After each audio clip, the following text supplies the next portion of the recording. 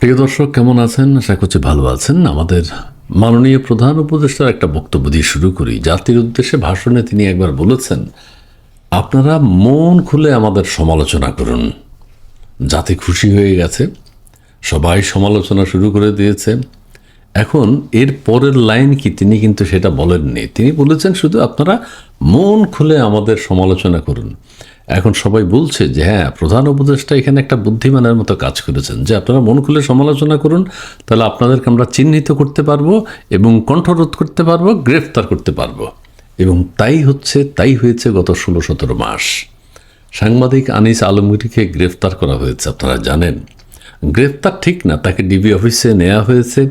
কেন নেওয়া হয়েছে? সেখানে কি গ্রেফতার দেখানো হবে নাকি ছেড়ে দেয়া হবে? কি হচ্ছে? কোথায় সাংবাদিকতা? সাংবাদিক আনিস আলমগীরের অপরাধটা কি? গণতন্ত্রের কথা বলেছেন, সরকারের সমালোচনা করেছেন, অবশ্যই করেছেন।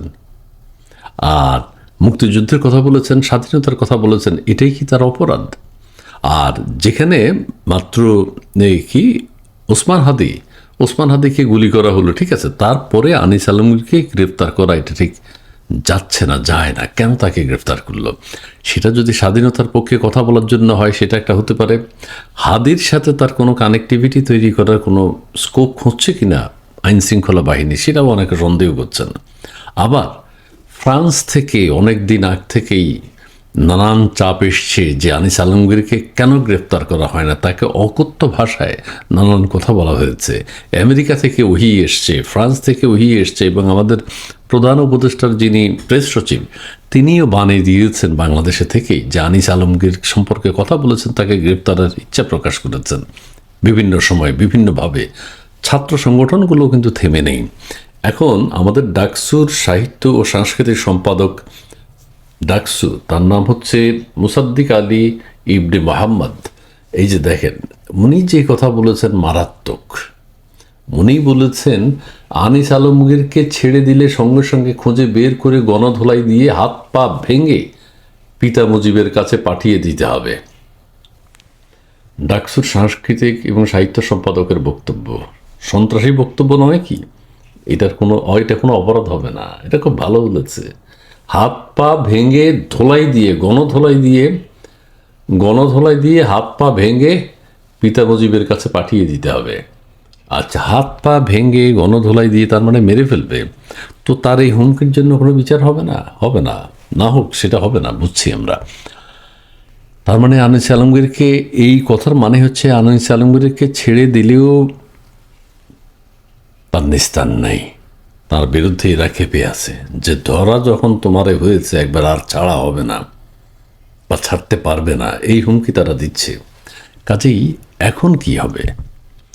এখন আনিস আলমগীরকে কোন মামলায় ফাঁসানো হয়, কোন অপরাধে অভিযুক্ত করা হয়, এটা নিয়ে শঙ্কিত। আমাদের সংবাদ মাধ্যমগুলো কিন্তু কোনো কথা বলছেন। আমাদের জাতির বিবেক, প্রথম আলোর সম্পাদকও কোনো কথা বলছেন না, আমাদের ডেইলি স্টারের সম্পাদকও কোনো কথা বলছেন না। ওনাদের উদ্বেগ উৎকণ্ঠা এখন আর প্রকাশ করেন না। কি সম্পাদক পরিষদ আছে, সেটাও এখন আর উৎকণ্ঠা প্রকাশ করতেছে না, উৎকণ্ঠিত হচ্ছেন না এখন আর। কারণ ওনাদেরকে তো গ্রেফতার করা হয়নি, গ্রেফতার করছে অন্যান্য সাংবাদিকদেরকে। বহু সাংবাদিক জেলে আছে। সাংবাদিক বাদ দিলাম, সাধারণ মানুষেরও তো কোনো নিরাপত্তা নেই। হাদির উপর আক্রমণ করা হয়েছে, এটা কেউ পছন্দ করছে না, কেউ মেনে নেয়নি, এটা কেউ চায়ও নেই। আচ্ছা, হয়েছে, ঘটনাটা ঘটেছে, এখন আসামিকে গ্রেফতার করুন। আসামি কারা করেছে, সে যেই হোক, তার বিচার করুন, পরিষ্কার। এখন কাউকে দোষারোপ করে কোনো লাভ হবে না। আওয়ামী লীগের হলে গ্রেফতার করুন, ছাত্রলীগের হলে গ্রেফতার করুন, শিবিরের হলে গ্রেফতার করুন, জামাতের হলে গ্রেফতার করুন, বিএনপির হলে গ্রেফতার করুন, বা অন্য তৃতীয় পক্ষ কেউ কিনা, এটাও কিন্তু ভাবতে হবে। তৃতীয় পক্ষ কেউ কি সুবিধা নেওয়ার জন্য হাদির উপর আক্রমণ করেছে, এটা ভাবতে হবে। কিন্তু কোনো একটা নারী ঘটিত কোনো একটা বিষয়ের কথা আমরা শুনতে পাই, তারাও কি তাদের জিঘাংসা চরিতার্থ করার জন্য এগুলো করিয়েছে কিনা, এটাও ভাবতে হবে। যাই হোক, সাংবাদিক আনিস আলমগীরের মুক্তি চাই। আরও অনেক সাংবাদিক কথা বলছে, তাদেরকে এক ধরনের থ্রেট দেয়া হলো আনিস আলমগীরকে ডিবি অফিসে নিয়ে, যে কোনো কথা বলবো না, কোনো সাংবাদিক চুপ হয়ে যাও। আনিস আলমগীরকে ডিবি অফিসে নেওয়া হয়েছে, সাবধান হয়ে যাও, অন্যরা এখন সতর্ক হয়ে যাবে। স্বাভাবিক, খুবই স্বাভাবিক। জীবনের মায়া তো প্রত্যেকেরই আছে। তবে আমরা চাই আনিস আলমগীরকে মুক্তি দেয়া হোক।